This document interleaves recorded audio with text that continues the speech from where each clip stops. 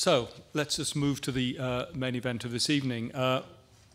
This evening is in the format of a debate, the topic of which is "Science without religion is lame," which is, of course, a famous and, as we'll learn shortly, partial quotation from Einstein. Very much in the tradition of quotations about science and religion, there is a plethora of such. I suppose there's an echo between that part of Einstein's quotation and something that Newton said. Newton said, "Gravity explains the motions of the planets, but it cannot explain who sets the planets in motion." More recently, however, another holder of the same chair as Newton, I believe, wrote, "There is a fundamental difference between religion, which is based on authority, and science, which is based on observation and reason. Science will win because it works." That is, of course, Stephen Hawking. This is the terrain, I think, on which all such debates around science and religion tend to play out.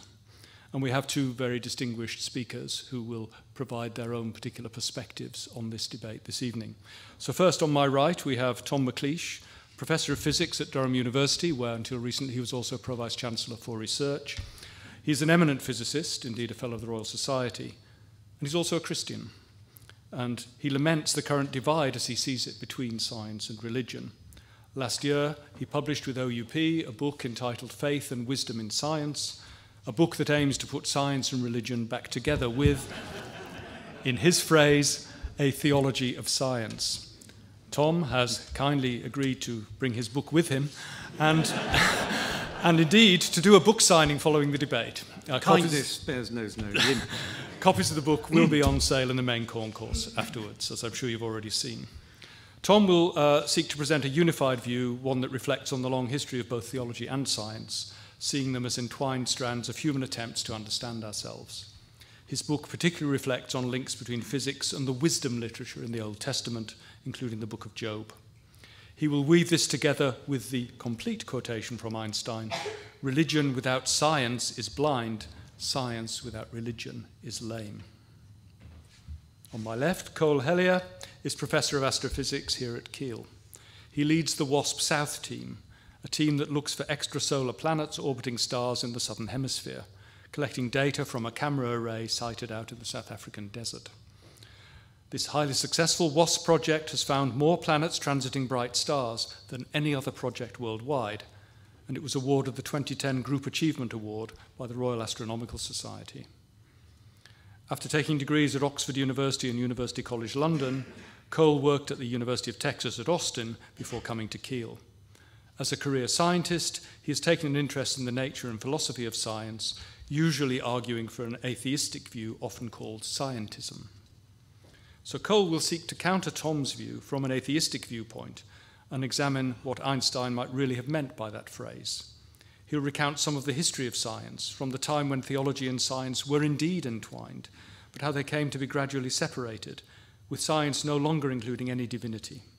And in conclusion, the new atheist view of science having dispensed with theology. Each of our speakers will initially speak for about 20 minutes. I may then ask one or two broad questions to kickstart the discussion before opening to questions from you, the audience. With the very kind permission of our speakers, the debate will be recorded and will be available on the university YouTube channel in the next few days. So I do need to say that by asking a question or contributing to the discussion, you are consenting for your intervention to be made publicly available in this way. That means we don't have to get you to sign a consent form, if that's okay.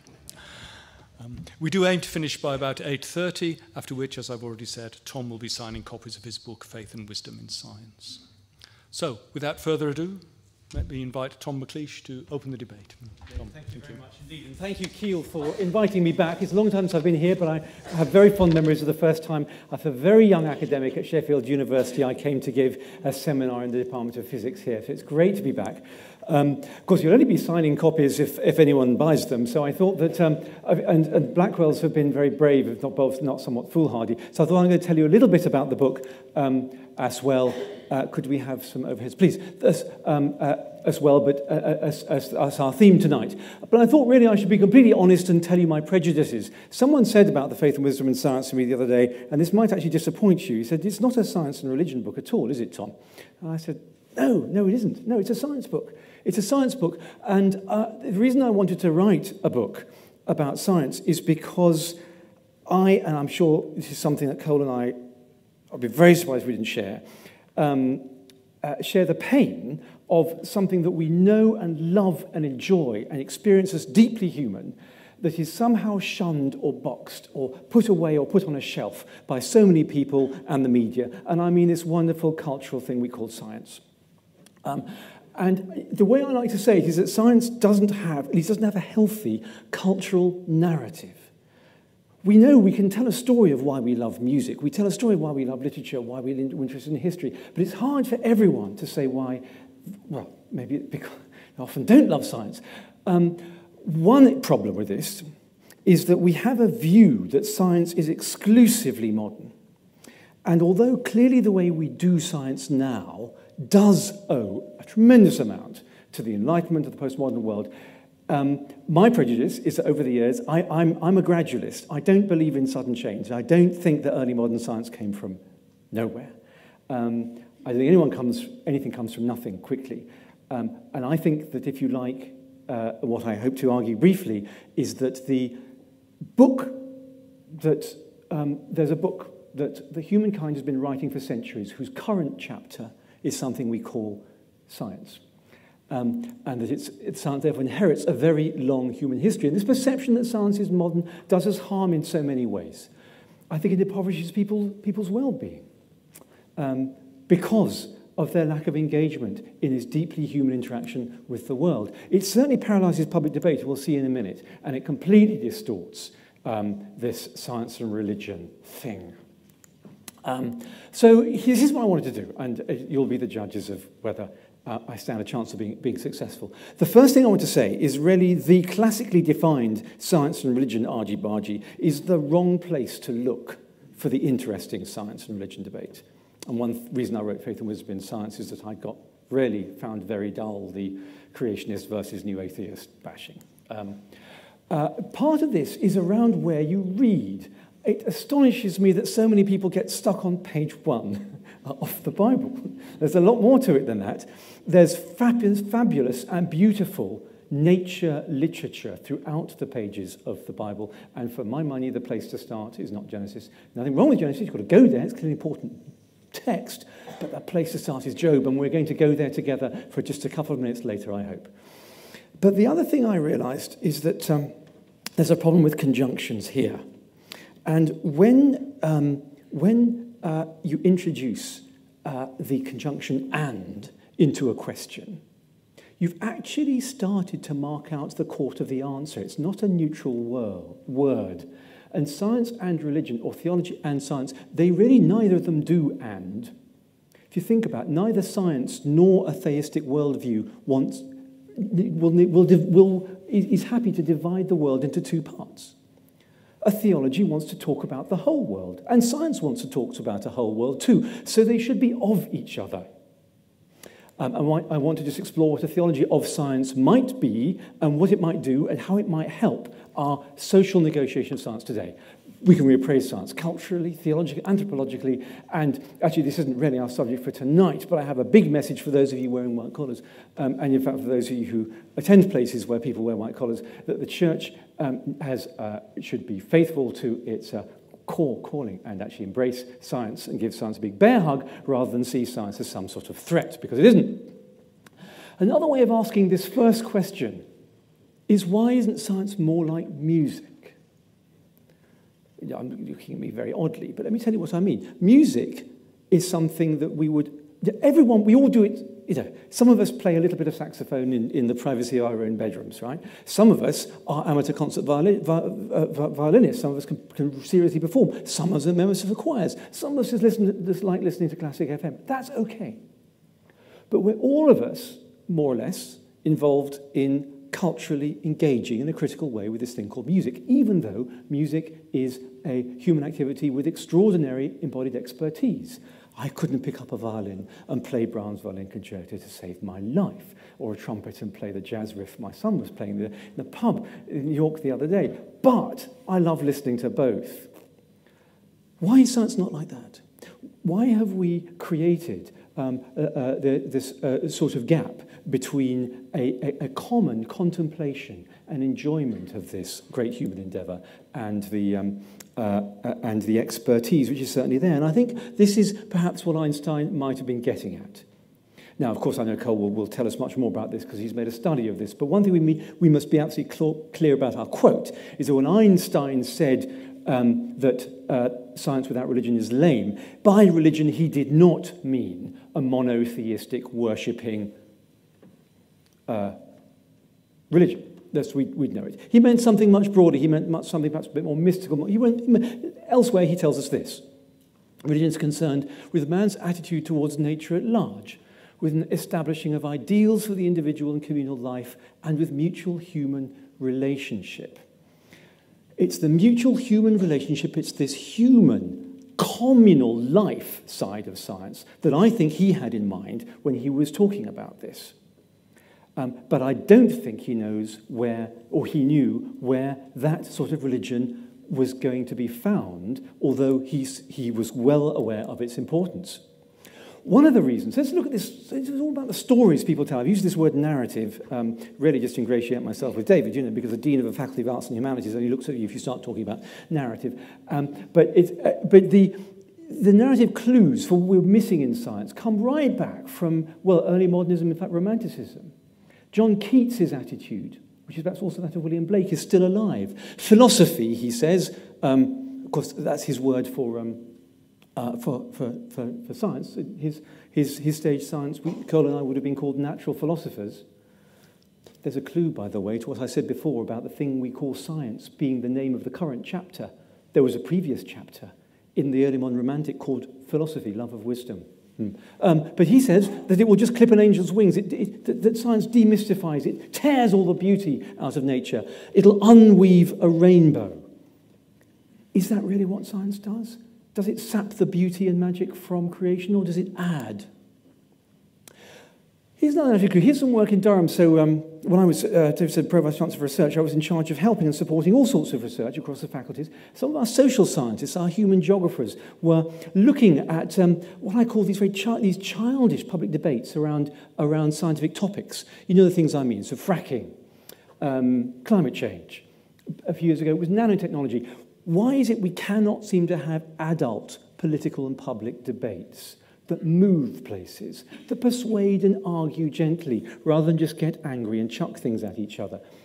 I think it's because we don't have a healthy public supporting narrative for what science is. I think that's why it becomes a football. And we had a group who analysed discussions around nanotechnology. Remember that Prince Charles waded in one day and said that these dreadful nanotechnologists and scientists would unleash a swarm of grey goo that would crawl out of the laboratories and overcome us all. Thank you, Prince Charles, for a constructive contribution to the debate. But in the debate, there were the social scientists analysed the narratives that were there, and they're all these ancient sort of pagan narratives. Pandora's box. Don't mess with nature. Nature is sacred. Scientists will keep us in the dark. The rich will get poorer. The poor will get poorer. Be careful for what you wish for.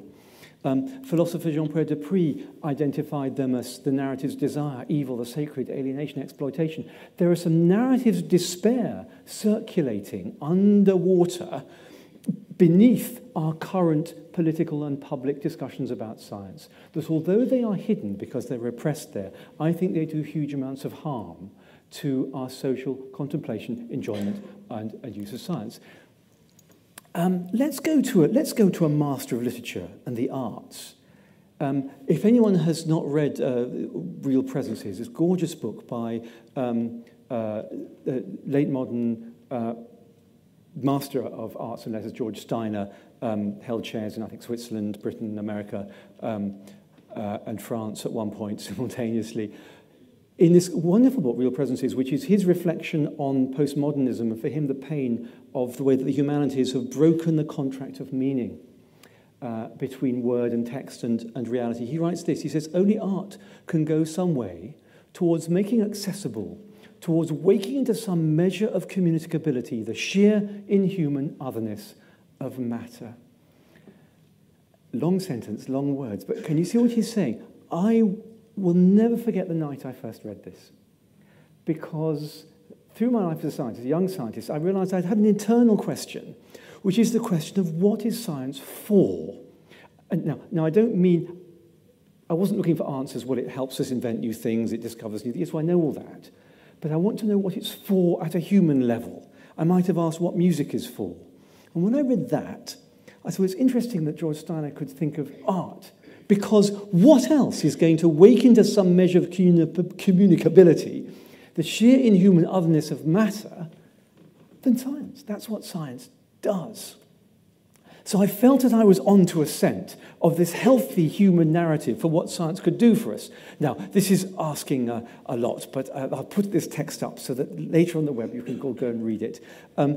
I did a little bit of evidence to point out what I mean by what we now call science being the inheritor of this story of looking at nature that goes far, far back. This is my favorite church father, Gregory of Nyssa, one of the first philosophers, theologians of the 4th century, who developed the theology of the Trinity. And he writes, this is a very moving book actually, he writes, he's brother of Basil the Great, but what is far less well and commonly known than it ought to be is that Basil and Gregory, these two great thinkers, the early philosophers of late antiquity, had a big sister. Does anyone know about their big sister? She's called Macrina. And she acted in loco parentis when they were little. She clearly, she had called her the teacher, capital T. They wouldn't publish anything unless they'd run an idea past Big Sis, because she clearly had a mind like a meat cleaver and would cut them down to size. And this is on her deathbed. This is Gregory. He opens this account, this very moving document on the soul and resurrection. We might call it On the Mind and the Resurrection. It's a far better translation of psyche, the Greek psyche. It's On the Mind and the Resurrection. And like a man, you know, she's doing the dying, but he's desperate. He can't hold it together at all.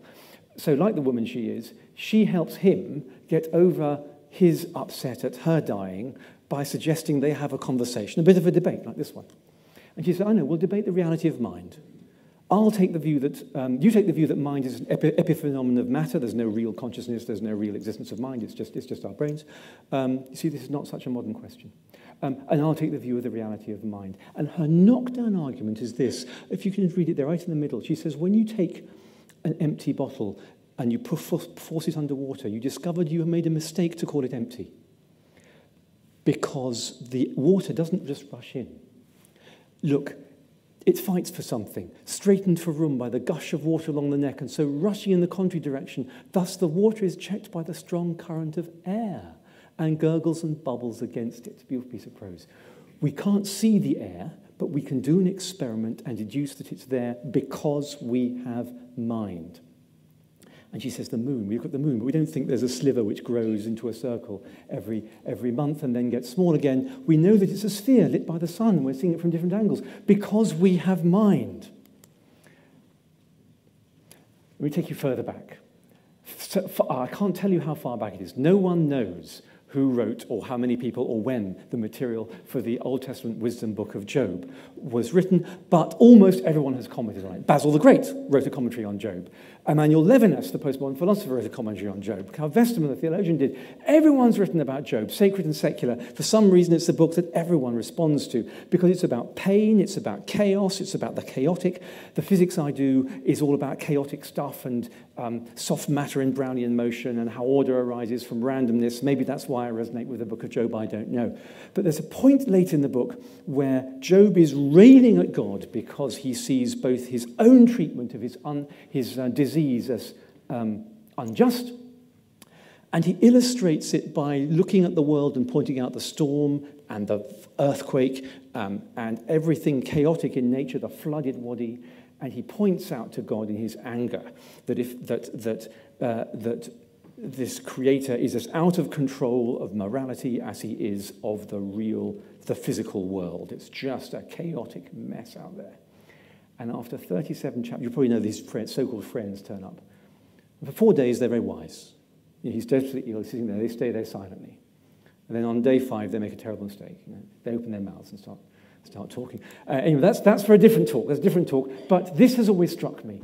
When the Lord, Yahweh, finally speaks, He speaks with the most beautiful, striking, deep nature poem I've ever come across in ancient literature, in which every stanza is a question. Have you journeyed to the springs of the sea? Where is the way to the abode of light? From whose womb comes the ice? Do you know the laws of the heavens? And can you apply them to the earth? Can you bind the stars of a Pleiades? Cool, like this. Do you know how the stars of the Pleiades get bound together in a little cluster while the stars of Orion next door are scattered? There are questions about zoology and astronomy and meteorology. They're the foundational questions of all the sciences we now know. And it's extraordinary that this curiosity is reported right back in literature like this. It's part of this literature called wisdom.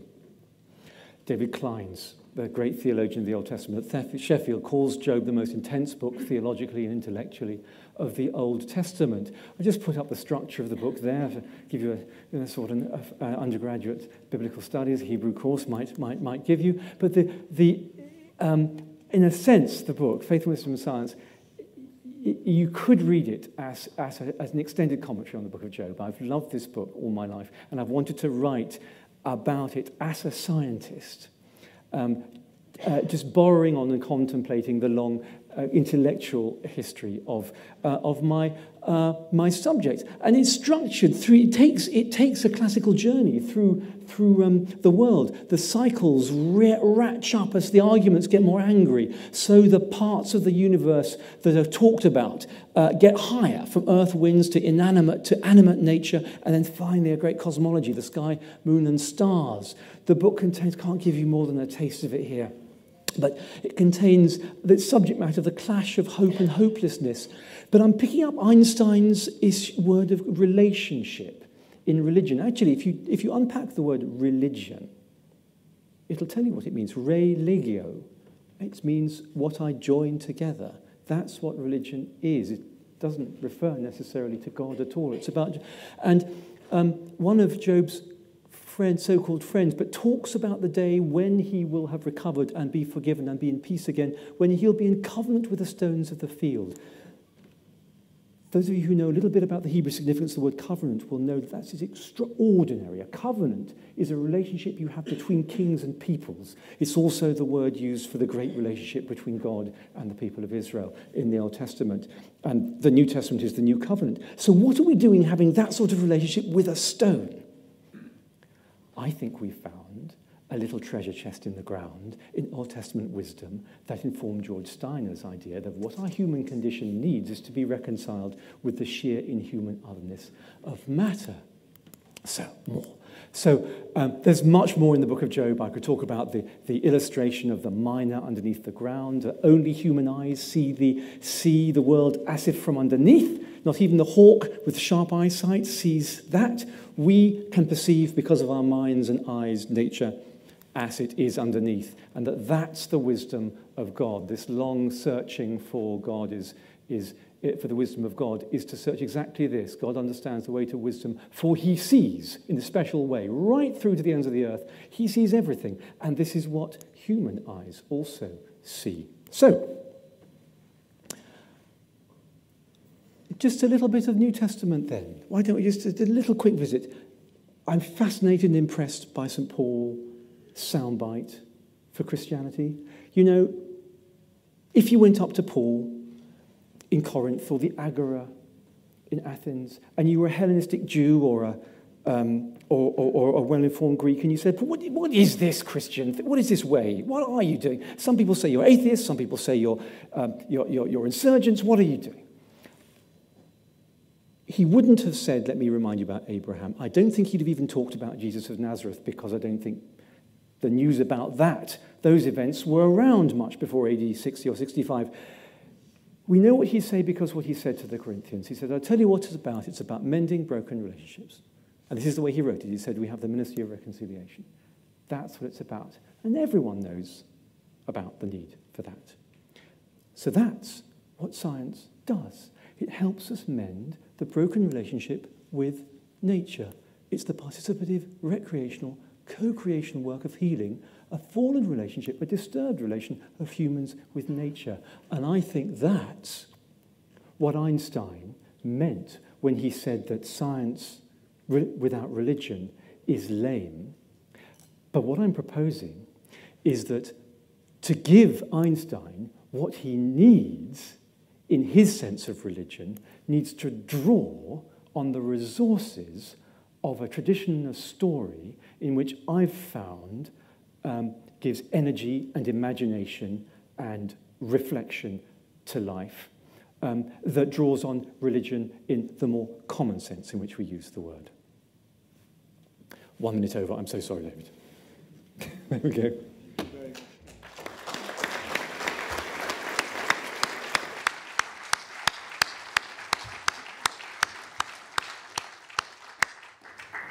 We now turn to Coel Hellier for his response.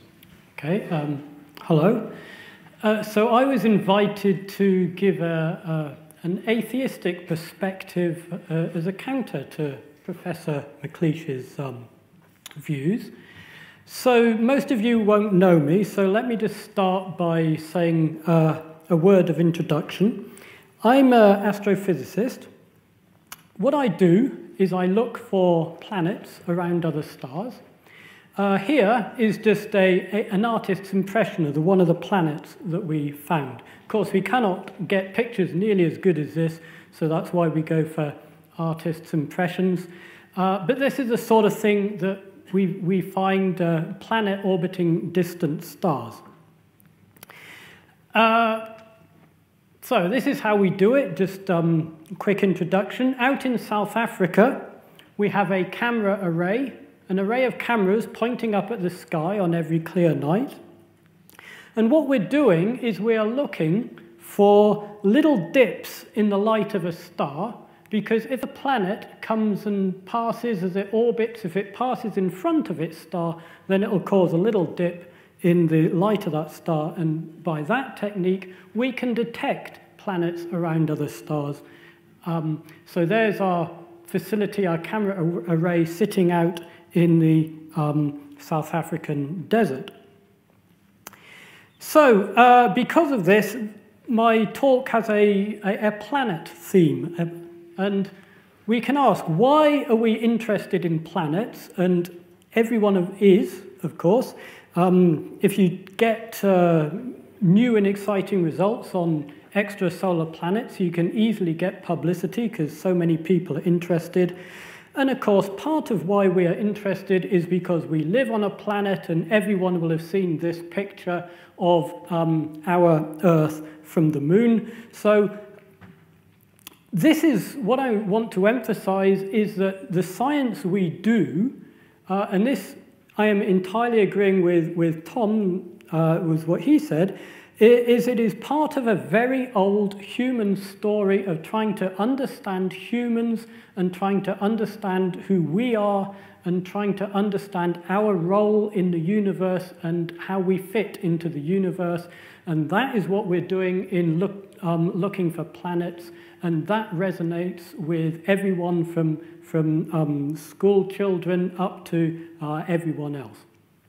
So, of course, we send out probes into our solar system and get good pictures of Jupiter, and also Saturn, of course, with its rings, and everyone has a feeling of wonder at the sight of Saturn and its rings. And lately, of course, recent space probes go off to Pluto, which I'm sure most of you will have seen those pictures, and even indeed comets, where we can land probes on comets, and which is quite amazing in many ways. So what I want to emphasize is the fact that this science is driven by human curiosity. So when I was asked to give this presentation, I went and read Tom's book, and I want to emphasize all of the things that I agree with, that he emphasized too, and these are the things that I agree with, because I think they're important.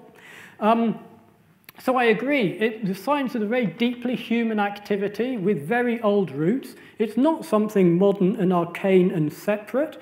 It's something is just part of what humans have been doing for millennia of trying to understand ourselves and our role in the universe. And therefore, I agree that we should not see science and theology as entirely separate things, one in one domain and the other one in the other domain. I would reject that view too, as Tom actually said. Tom would want to put those together into a theology of science, as he put it, whereas from my more atheistic perspective, I would then just sort of say that theology is something we should move on from, that it was a way of understanding the past, way of understanding the world in the past that we can perhaps now do better than. So, having said that, can science do without theology? And of course, there's this Einstein quote, which we've already been given. And of course, if one of the most famous and best scientists of all time says that science requires religion, then of course we should listen. But famous as this quote actually is, it is rarer for people to actually read the preceding paragraph and understand exactly what Einstein meant by religion, although Tom actually pointed it out. He actually tells us exactly what he means by it in the paragraph leading up to that quote. And by religion, he means an aspiration towards truth and understanding. He means wonder, he means curiosity, he means the aspiration to understand. That's what he means, because that's exactly what he tells us. And I entirely agree, and I'm sure Tom would entirely agree, yes, we do need wonder, we need curiosity, we need aspiration to understand, and if you want to say that those things are what religion is, then yes, we fully need those. In that sense, I entirely agree with the quote. As I say, not so many people read the paragraph before the quote, that science without religion is lame. Again, not so many people then go and read the paragraphs straight after that quote, because if you go and read those, what he then goes on to say, after saying science without religion is lame, he then says, I must nevertheless qualify this assertion. This qualification has to do with the concept of God. And teachers of religion must have the stature to give up the doctrine of a personal God. Because of course, Einstein, as he told us, he believed in the God of Spinoza, as he put it, and that is essentially just nature. He was using religious language to talk about nature, because that is how he felt about nature. So he used the religious language about an impersonal nature, because he didn't ascribe personal qualities to nature, and therefore he rejected the idea of any personification of nature. He rejected the idea of a personal God, and in his private utterances, he was actually more explicit on this, saying that the word God is for me nothing more than the expression and product of human weaknesses. So, in that sense, I entirely agree from my atheistic perspective that yes, we need the wonder, the curiosity, the desire to understand that drives science, but perhaps we don't need the idea of a God that is central to a lot of theology. Okay, now, I want to say that science does not reject this a priori. Some people will say that science must necessarily dispense with theology. It must necessarily ignore anything supernatural, and I don't think that's true. And we can actually show quite straightforwardly that that's not true, because if you go back a couple of 100 years, then all of science was theistic. And the major scientists, and here I've listed some names, and these are not non-entities, these are the cream of British science a couple of 100 years ago. And all of these people were religious, they were Christian, and they saw science, they saw their God and their theology as an integral part of how the natural world worked. They did not see science and religion as separate things. Their theology was wrapped up with their science, and that is the way that most scientists thought at that time. Of course, to give one example here, I'm picking on John Herschel. Why am I picking on John Herschel? Well, I feel a special affinity with him. His father, William Herschel, was one of the first major scientists who went and catalogued all of the northern hemisphere stars. And then John Herschel was perhaps the first major Western astronomer to go to the southern hemisphere and catalogue all the southern hemisphere stars.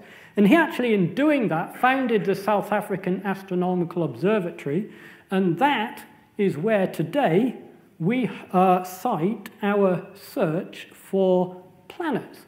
So Herschel went there and catalogued all of the stars in the southern sky, and now today, from the observatory that he founded, we're now trying to catalogue all of planets that are around those stars.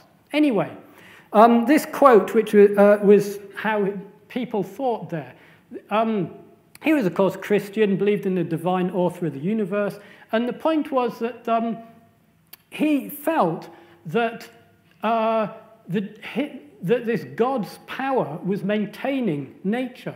You say every act of any bit of matter, any immaterial bit of matter, that was just a manifestation of God's immediate will. And that God was constantly maintaining and exercising his power and his will to maintain the universe. Okay, but of course some people disagreed, notably Huxley, a bit later on. This was about 30 years later. And he sort of looked at this idea and sort of regarded it as a God of the gaps idea. The idea that the God of the gaps is that if you don't understand something, you then say, well, God must be responsible for that. And what Huxley pointed out was that as time progresses, you understand more and more and more, and therefore progressively you take the conclusion, well, this must be God, and then you replace that with an understanding based on science. And he said, what is the history of astronomy but this process of no longer saying something is God doing it, but actually finding physical laws and physical understanding that then dispenses with the direct action of God that Herschel had pointed to. And here's a famous example. Newton, of course, also a Christian, highly religious, and perhaps one of the greatest scientists ever. In Principia Mathematica, he had produced a system of how planets orbit around, but then found that it wasn't fully stable. But that wasn't a problem to Newton, because on the idea that I've just talked about from Herschel, that everything in the universe was a manifestation of God's mind, then God would keep everything stable simply by his thoughts, because the planetary orbits were then God's thoughts, and God would keep them stable. Of course, later on, Laplace came along with better understanding of physics and planetary orbits, and he found that he didn't need he found that his model was stable. He didn't need God to keep it stable. And the story goes, possibly apocryphal, but still a good story anyhow, so why not tell it, that Napoleon noticed this and said to Laplace, "Your work does not contain the word God," to which Laplace replied, "Sir, I had no need of that hypothesis," that he dispensed with the need to have God intervening to keep the orbits stable. So that is a problem with a God of the gaps type theology, where you point to God for anything you don't understand. The trouble is, as science advances, then you have a sort of a Cheshire cat effect, that your God gradually disappears as you replace him with better and better understanding, and all you're left with is a smile. And the smile you can think of as apophatic theology, which is quite popular nowadays, where you sort of give up trying to say what God is, and you just say what he is not.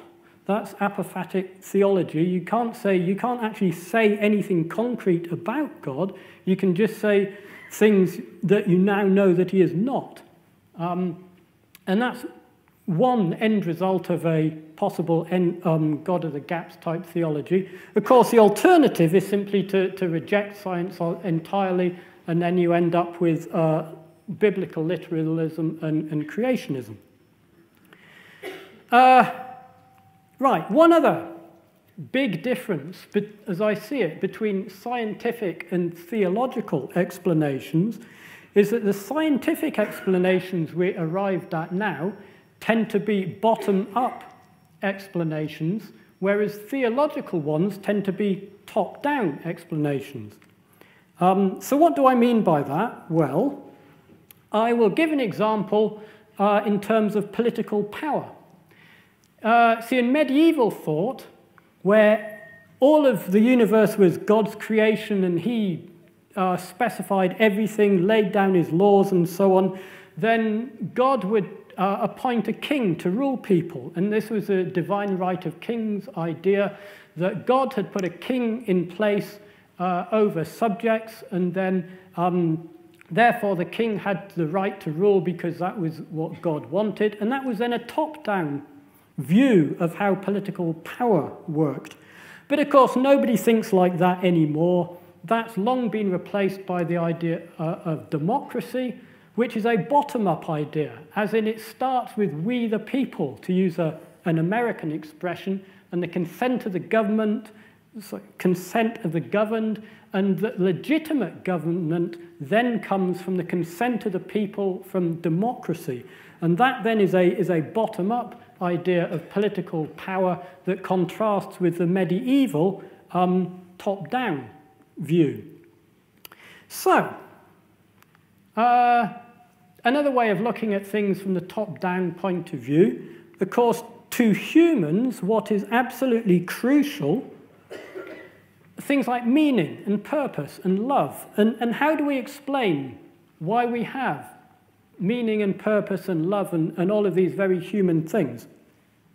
And the theological answer is, well, we have them because we start off with them, as in they're embodied in God, and we start off with God, and that's why we have them. And then referring to Genesis rather than the book of Job, God then puts those onto earth. So that's a top-down way of thinking about it. As I see it, the scientific way now is a bottom-up approach, where you start with impersonal physics, with no meaning, no purpose, no love in impersonal physics. But from there, you then get biology, and from there you get mammals, and then from social mammals. And emerging out of that, then you get the meaning, the purpose, and the love. And that is then those are qualities that then emerge out of a universe that is impersonal.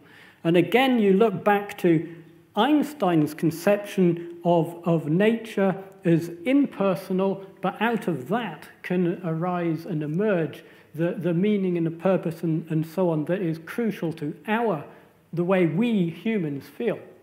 So therefore, quoting Laplace again, science is then saying about God that, again, we have no need of that hypothesis, because you don't need a God in that understanding of where things like meaning and purpose actually come from. So, as I say, there's a slight theme of planets in this talk, and this is Saturn. This is Saturn and its rings. So there are the rings of Saturn, and Saturn itself is this big thing here. This is the dark side, so the sun is on the far side. So this is from the Cassini spacecraft, and I show this particular picture because it is also a picture of us.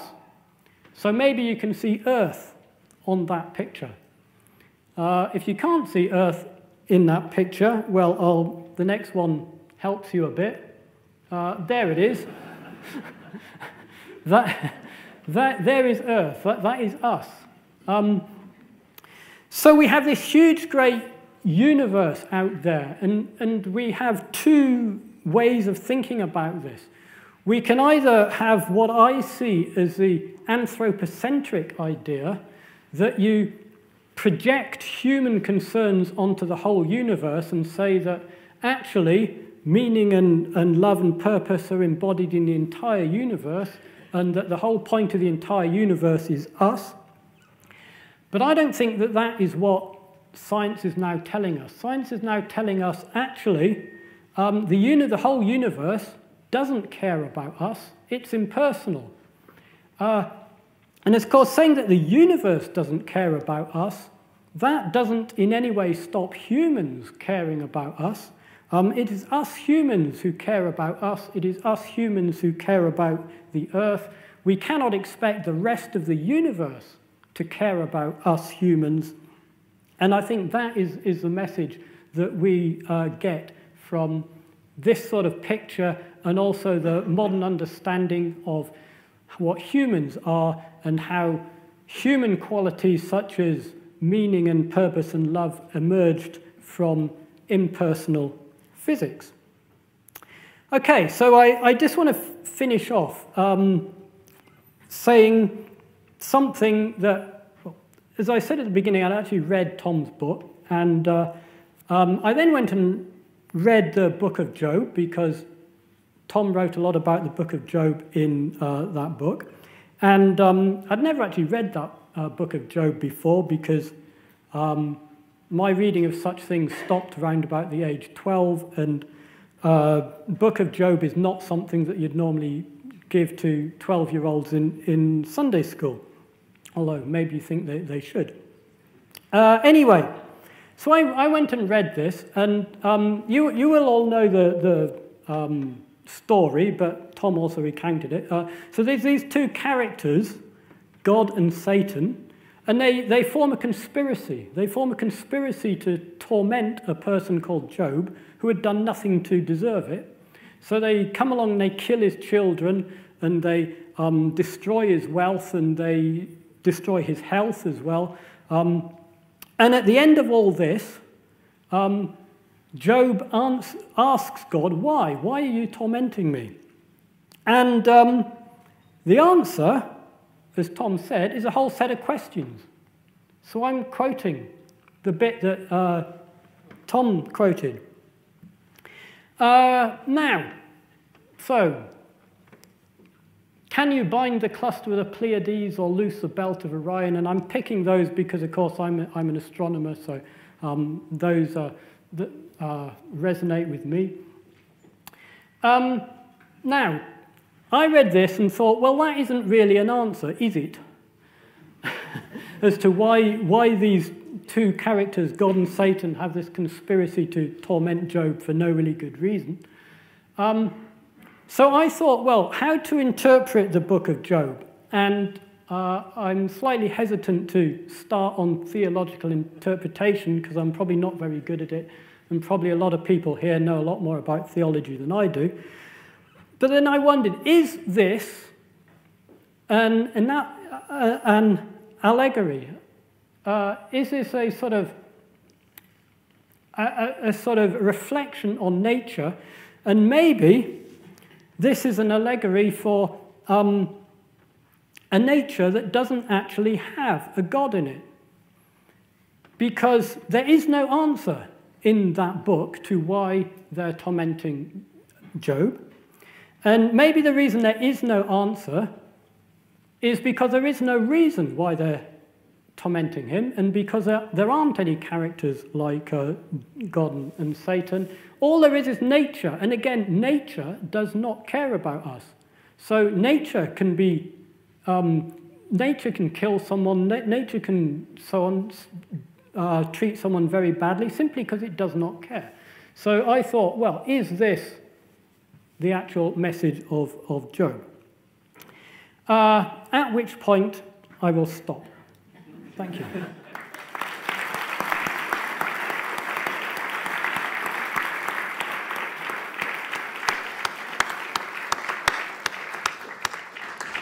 Thank you both very much for those splendid presentations. As I say, I will open to questions from the audience shortly, but I just want to, really, as a way of kickstarting some of the discussion, to focus on something that I think, for me, emerged very strongly from our two presentations, which is in the terrain of, I wonder whether what looks like an opposition between two positions might resolve itself into common ground rather more if we do make that fundamental distinction, if it is a fundamental distinction between religion on the one hand, and we heard something of its etymology, and belief in God or in a God on the other. Or another way that one might put that is the status of the word faith, which is very often freighted with an assumption that it is religious faith, and that we talk of people of all faiths or none, where the none is assumed simply to be the absence of religious faith, whereas there may be some of us who have faith but would not articulate it in a religious way. So I wonder if there's something around the status of faith, religion, and God as terms which are sliding into each other in unhelpful ways that might be at issue here. Tom. Shall I kick off there? Well, I was rather hoping that we would disagree on more things. You know, that's reminded of the university. My previous vice-chancellor at our university was of a mind of Coel, and I got to know him very well. I also got to know the dean of Durham Cathedral very well. I remember the day when Chris Breesley swept in and said, "Oh, here's Michael the dean. He and I agree on everything except the existence of God." Actually, it turned out that he wasn't quite right about that, actually. So obviously we have a lot in common. This faith thing, can I just make just a brief flag, a few points in response to it? I mean, perhaps to you, John, the idea that neither of us said this, but I mean, one reason that we have this narrative that science and religion are in conflict is because there was a late 19th century polemic that told us this. It's often called the Draper-White hypothesis. There are two books written by two Americans with titles such as I've got the exact one, but the war, the eternal war between religion and science, things like that. These were deeply anti-Catholic polemics, actually. But there's something that, for example, historian of science Peter Harrison would say that no historian of science, academic historian of science, would ever sign up to today. But they're part of these stories that, although people have not now typically read these books, nonetheless, that narrative is one of the stories which swim under the surface. But I think actually you can see that in a long way down the road, Coel and I don't have too much to disagree upon. I did just want to point out that although the God of the gaps, one can certainly lay the accusation of that very false road. It's something else I agree with him on. Using God as a sort of scientific piece of sticking plaster to cover the bits in one's theory one doesn't quite understand is theologically, scientifically, philosophically just a really bad thing to do. It's not what God's job is for. But I'm not. Although Newton was probably guilty of that, other natural philosophers of the early 19th century certainly were. I think I'd probably have to take issue about John Herschel because he was an out-and-out Baconian, and the point about early modern science, which is quite an extraordinary thing, is that, and Coel is quite right, when you want to point to the Enlightenment as a sort of historical source of diversion between science and faith, you can't really point to the scientists as source of this. You have to point to the political philosophers. I think that's extremely interesting, which Coel actually did. It's Voltaire, it's Rousseau, it's Leviathan, all that stuff. It's not the scientists. Bacon, Newton, Wren, Boyle, to a man and to a woman, when they got a look in, not as much as they should have done. These people had explicit theologies, not of God of the gaps, but of why they were doing science in the first place. And that was because we had a broken relationship with nature. We were ignorant of nature. We feared nature. It harms us. We harm it. And that what God wants us to do because we're in the business, if we're Christians, of mending broken relationships, is to mend that broken relationship. So that science, in other words, when a monotheistic, when someone within a Judeo-Christian worldview has that job to do, they do science. So there can't be any conflict between science and religion, because science is what you do when that's your job. Just wearing a white collar is what you do when your job is to take services on a Sunday morning. It's like that. So faith is that sort of faith. It's the faith in receiving and responding to purpose. I find it rather extraordinary that in the same breath as pointing out that mind and children and culture and humans grow up in this universe, the psychol can point out, can also hold alongside a view that the universe is impersonal. I mean, we are the universe waking up and becoming conscious of itself. So the very fact that there are persons in the universe cannot be believed and held alongside the statement that the universe is impersonal. And it's a very strange dichotomy to divide the human and the non-human. In doing that, you're doing precisely the opposite of what Steiner and what the other early modernists are asking to do, which is to form a bridge between the human and the non-human. But we are, of course, in the words of your colleagues, made of star stuff. This is a sort of bridge making we need to do. A few things around faith. I have one other thing to say about top-down versus bottom-up, but that's can perhaps wait. Yeah, you're right. There is a distinction between religion and belief in God, and of course, some Eastern religions are very different in that respect. Buddhism and so on.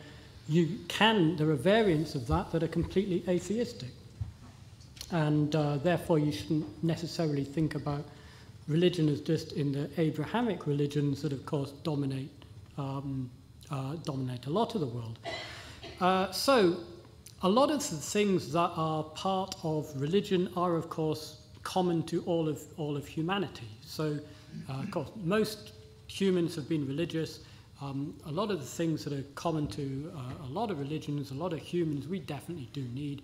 The sort of the social structures, the moral structures, the sort of wonder at the world and the creative spirit, and a lot of these people would say a lot of these things are part of religion.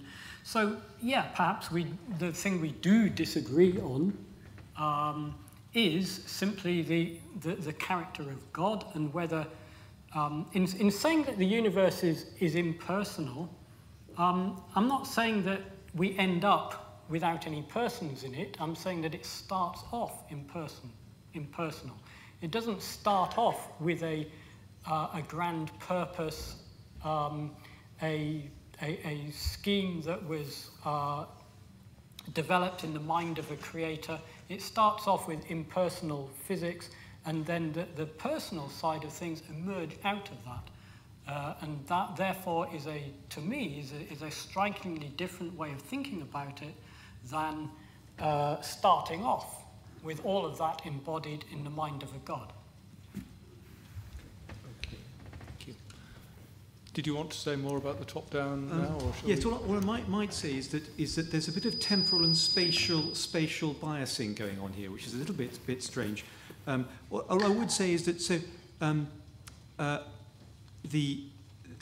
the apparent absence of purpose in a snapshot at t equals 1 second of the universe doesn't imply that the spatio-temporal universe is purposeless. After all, Einstein and others have told us to see time and space as a continuum. So I wouldn't recommend that one prejudices a search for meaning soon after the Big Bang. One can look at the question of, is there meaning woven into the universe at any time? A couple of other little narratives I just wanted to disagree on just briefly, and then perhaps we can discuss some more of the questions. One is the sort of reheated Auguste Comte philosophy that we got earlier in Coel's talk. The idea that as humanity we grow up. That we had an infancy. Comte talked about the theological, the metaphysical, and the scientific ages of human beings, and that these stories, these fairy tales from the Old Testament and so on, belong to our infancy, and that now we've got science, we're all grown up and adult about things, we don't have to believe in this Sunday school stuff anymore. The history of ideas just simply doesn't support that view. So you do one example, coming from the northeast of England. You will forgive me if I refer to one of my personal heroes called the Venerable Bede, who's was extraordinary mind, 7th and 8th century scholar, whose bones are buried in Durham Cathedral, actually only because they were stolen from Jarrow, but that's a bit of a... but then, nonetheless, we're very proud to have them. Bede, I'm sure you know, wrote the first post-Roman history book, The Ecclesiastical History of the English-Speaking Peoples. Everyone knows that, right? You've probably read it, I hope. How many people here know he wrote the first post-Roman English science book? Very good, wonderful. Did you know it's now available in English translation for the first time since the year 800? Faith Wallace, Liverpool University Press, 2010. It's appalling. The history book gets translated for hundreds of years. The science has to wait till over a millennium. It's absolutely dreadful. But one should read it. It's glorious. This is a 7th, 8th century undergraduate monk science text.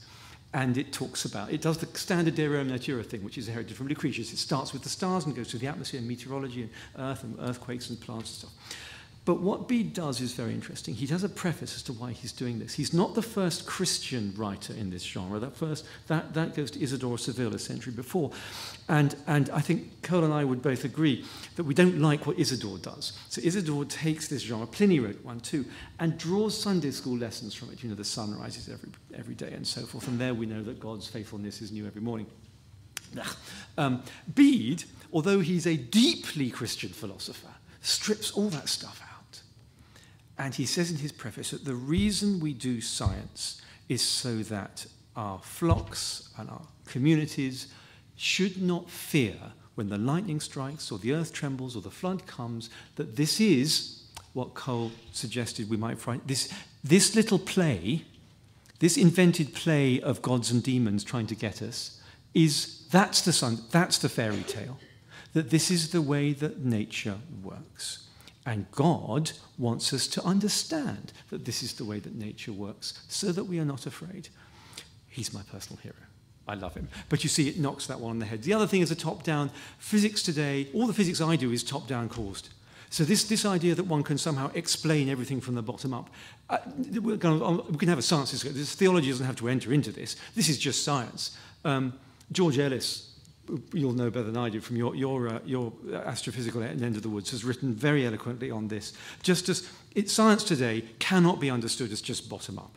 We have to understand it as top down and bottom up. So high level stuff like mind and purpose and consciousness is perfectly able to act causally on low level stuff, and we know this because we do it every day. Going to give Coel a chance to further respond just yet. I'm now going to ask if anybody out there would like to ask a question or make an intervention. We do have microphones. We have one upstairs and two downstairs. So if you catch my eye, gentleman down here, and then I have somebody here.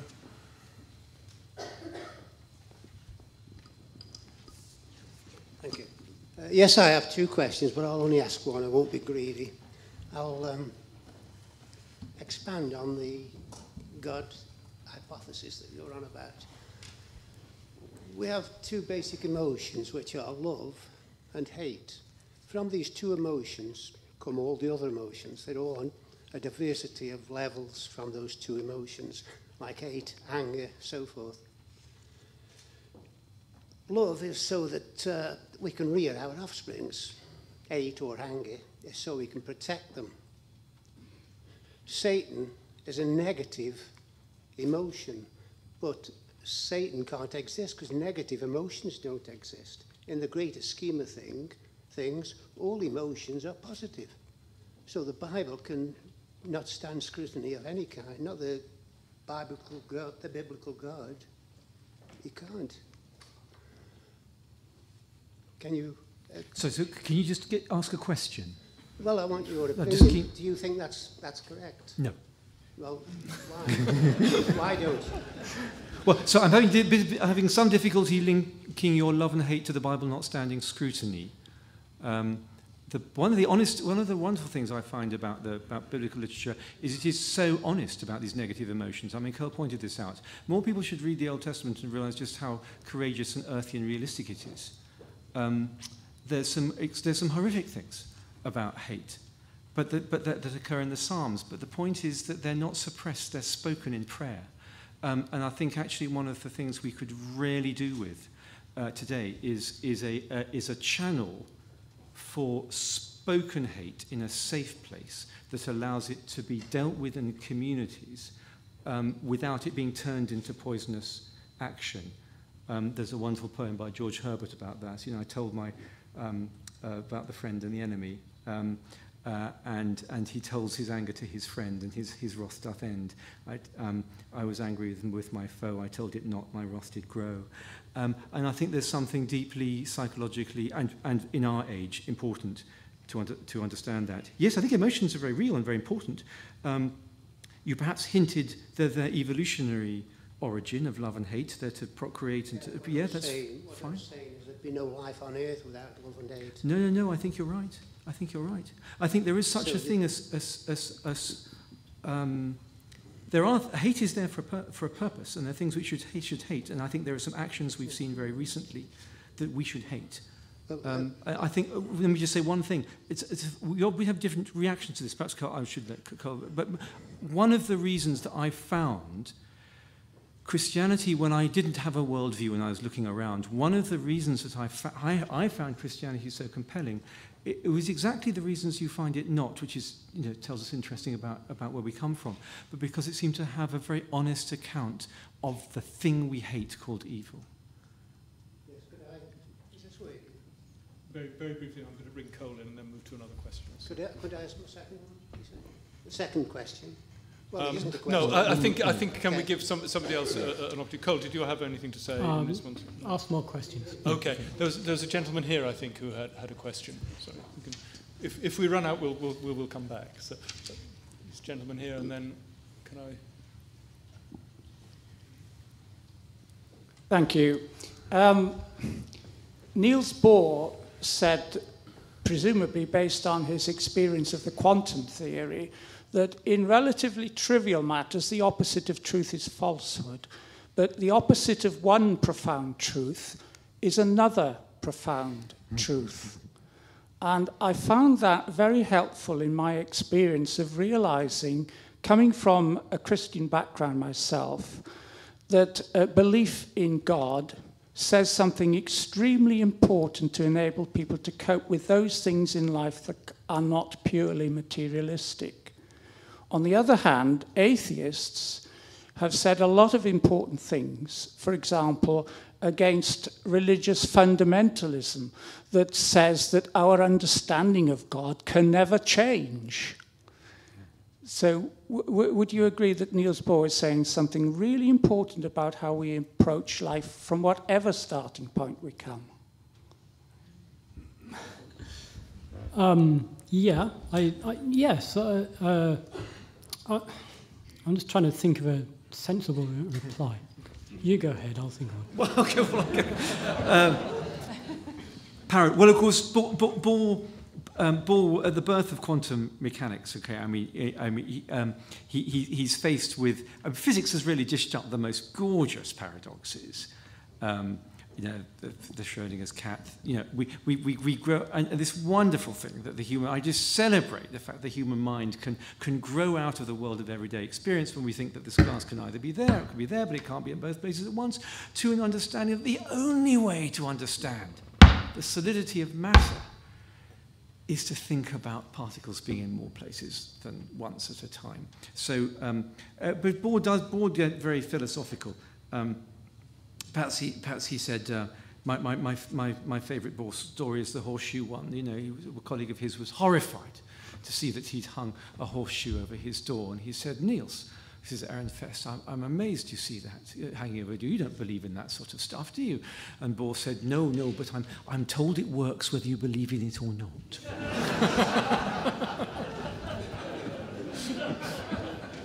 I was sorry, the best I could do.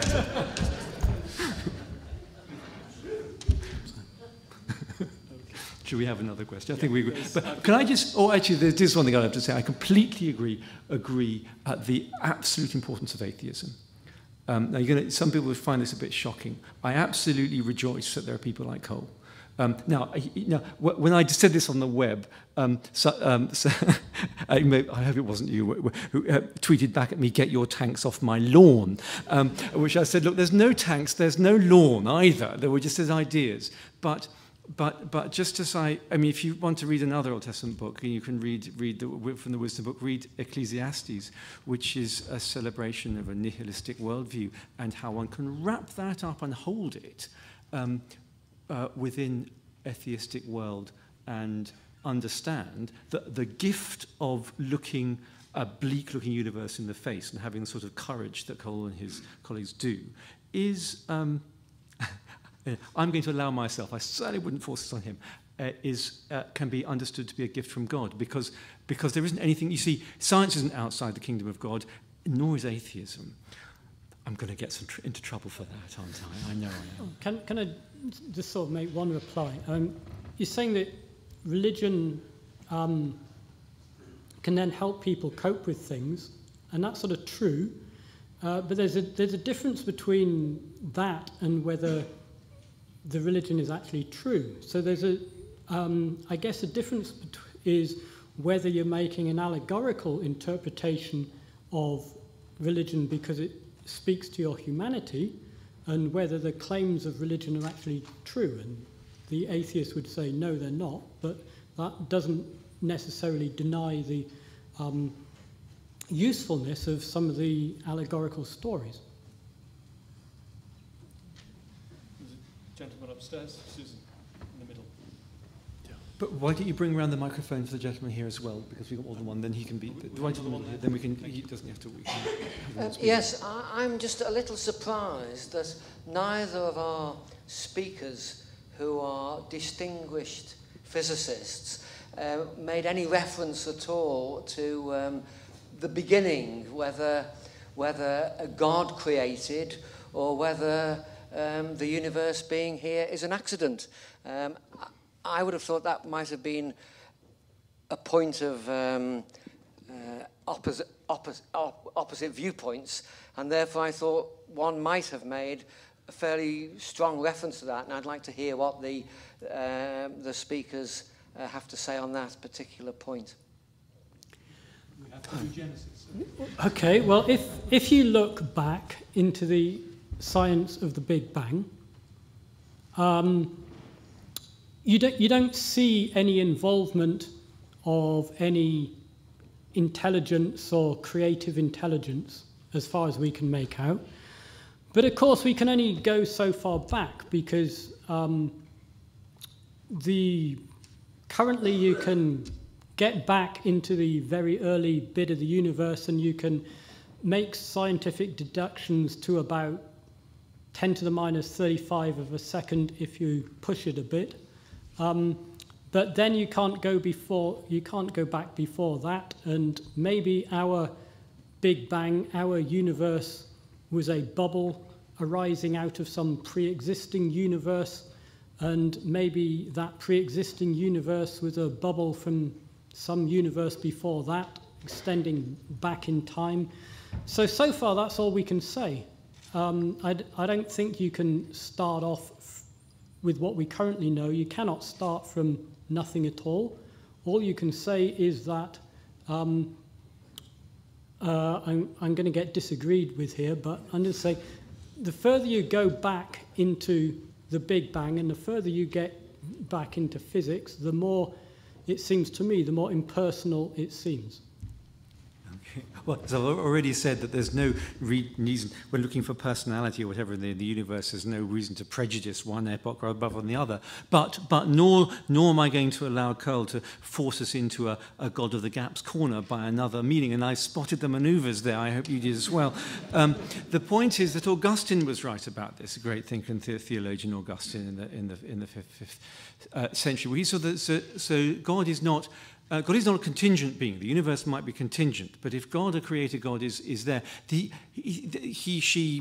thing doesn't restrict a creative activity to that first moment. This is where I think, the meaning of some of those John Herschel quotes you brought up. God is both into history, but also entirely outside time. Now, the point is this, that we wouldn't and shouldn't expect to require God as an explanation for any physical observation in the universe, because that's not his sticking plaster job.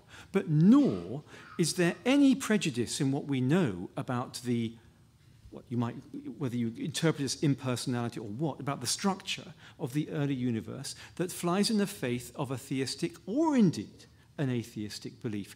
I think that Coel and I represent perfectly legitimate choices.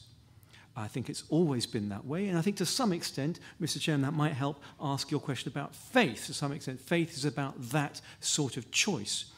All I would say is that when it comes to creation, I will make a substantial point, actually, to your question.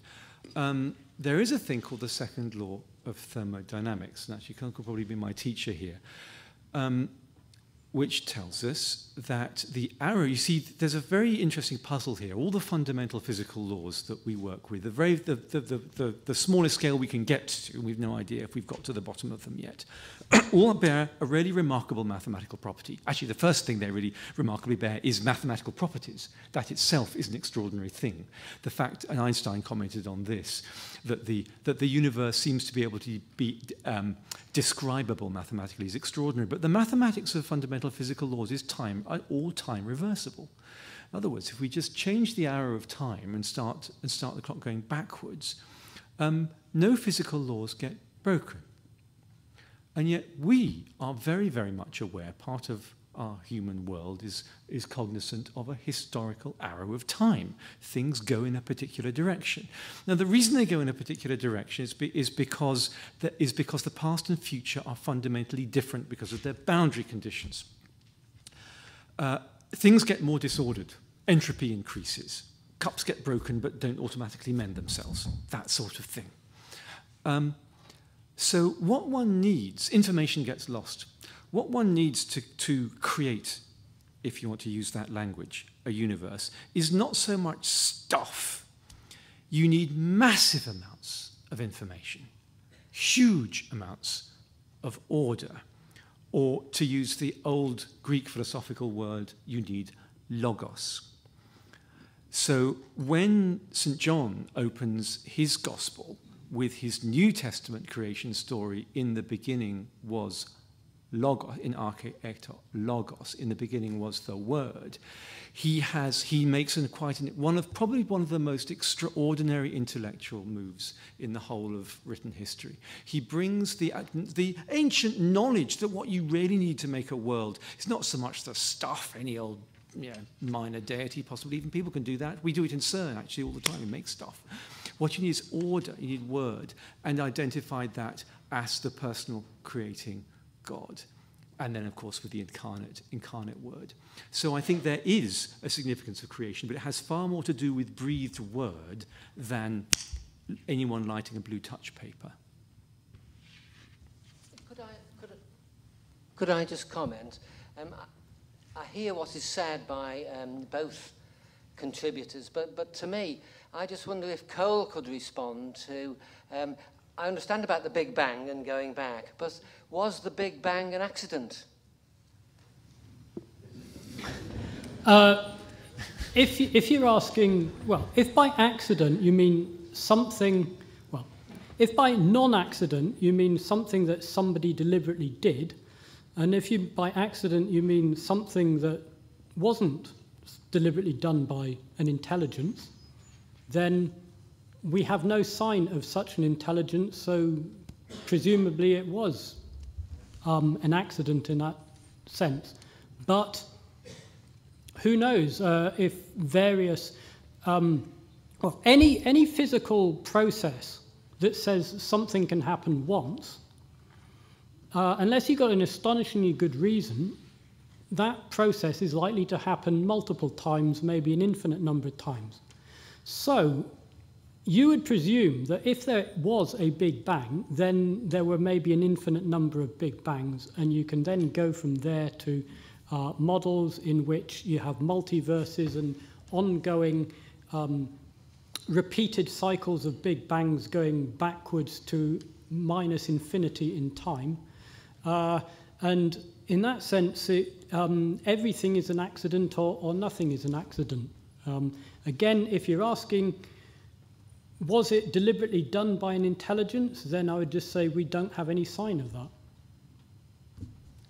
Okay. The gentleman will be waiting very patiently in the middle here. My question follows on, picking up that word accident. I remember very clearly when I started studying my 3-year degree course in physics and mathematics in 1960, and I was a very committed Christian at that time. I've remained a person of religious faith all my life with various ups and downs.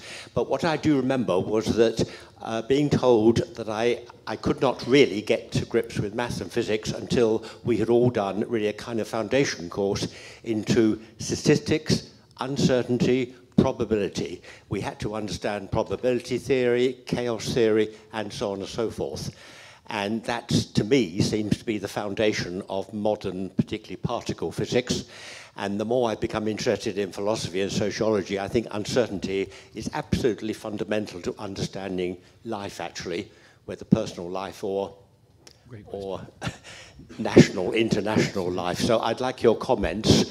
And I have to say that is the issue which perhaps I wrestle with most of all in my being a physicist, but also continuing to be a person of faith. So I'd like a few of both of your comments on how you see the issue of uncertainty. Well, you're entirely right that all of quantum mechanics is probabilistic. So you don't get certainties of something happening, you get a probability of something happening. So probability in statistics and therefore uncertainty applies to everything at the basic level. So I'd entirely agree with you, yes. I think it's a wonderful question, and actually what I point out in the book, should you be interested, is that an area of science that has been underexplored in this. We hear a lot about quantum mechanics, and we hear a lot about planets and cosmology, and for good reasons, because they're wonderful subjects. But there's far less talk about statistical mechanics, which happens to be what I do. But it is a wonderful thing, because this is the science of complex matter. It's the study of bottom up and top down. It's the study of materials, and what we know is that the basis of materials, both living and non-living matter, at the molecular level is seething, random, Brownian thermal motion. And one of the miracles with a small m, just a miracle as in thing that we will always just shake our heads and wonder at, to me is the emergence of properties like material structure and in fact like life itself. Our brains are seething thermal pits of disorder, and yet look at what we're doing. It's extraordinary. That's, of course, why I'm particularly attracted to the philosophy embedded in the book of Job. Now, I can tell that Coel has read a bit of my book, but I can tell he's not read all of it, because he'd know that his interpretation of the book, he's in very good company, actually, with a very large cohort of Old Testament biblical theologians. So, you know, bravo. You agree with a lot of people. I disagree with a lot of them, actually, because of pedagogy. God, the Lord's answer, when do you hear questions as answers? You hear questions as answers in the classroom. You hear questions from wise teachers who love and care for their pupils, but they want them to find answers themselves, even if it takes a very, very long time. So when Job is complaining about the disorder and chaos, and I absolutely agree. I mean, the point about these little prologues is they're such pastiche, that they're obvious fairy tale pastiche. And Coel's absolutely right to say that's not the real God and the real Satan. I mean, they're just little puppet characters dangled at the front of the stage. When Job is complaining about chaos, God takes him and says, were you there at the foundations of the earth? Now, come with me and let's talk about what it takes to create a world. And to create a world that is free to evolve its own order needs the freedom to be disordered and chaotic as well. And to be able to live with uncertainty is the lesson that some of our very certain brothers and sisters need to grow up and learn. And I find it fascinating that both scientifically and philosophically, that grow up and learn to live with uncertainty in the physical and the human world is the message right at the heart of the Old Testament wisdom literature. Great question, thank you. Okay. I fear it's my job to impose the certainty of conclusion. Time isn't reversible this evening. So it just remains for me, on I'm sure everybody's behalf, to thank both of our speakers for their fascinating positions, a debate in which, as is so often the case, a great deal in common lurks behind apparent difference, and vice versa. But I think what we can all share is an appreciation of the thoughts that have been shared with us this evening, an appreciation of the questions and the interventions that have come from you, the audience, for which many thanks. And I'm sure you'd like to join with me in thanking our speakers in the usual way for a splendid evening.